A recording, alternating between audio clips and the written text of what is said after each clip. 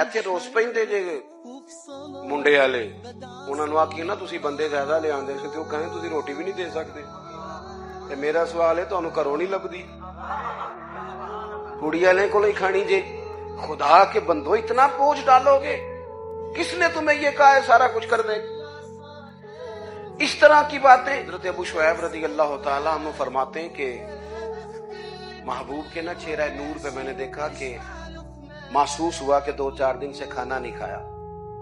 मैंने ना फटाफट बंदे गिने हुजूर के साथ कितने। घर में मैंने कहा 5 लोगों का खाना पकाओ। ये जरा बात को समझना। कहते हैं नबी करीम अलैहिस्सलाम को मैंने जाके अर्ज की हुजूर खाना पक गया, तशरीफ ले आए। हुजूर तशरीफ ला रहे 4 लोगों के साथ। अचानक एक साहब मिलने आए थे, वो भी साथ हो गए।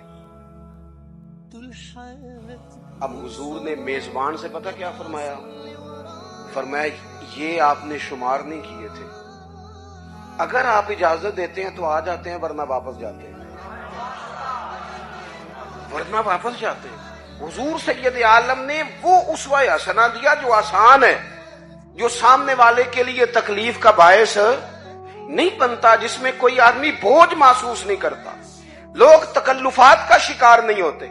हुजूर ने फरमाया आप कहते हैं तो आ जाते हैं, वरना वापस जाते हैं। अर्ज की हुजूर मेरे माँ बाप कुर्बान, आपके साथ आया, बिस्मिल्लाह करके आए। हुजूर आए ना, जिंदगी में, अपने मामलात में, अपने तर्ज हयात में इस तरह की चीजें पैदा करें जिससे कुशादगी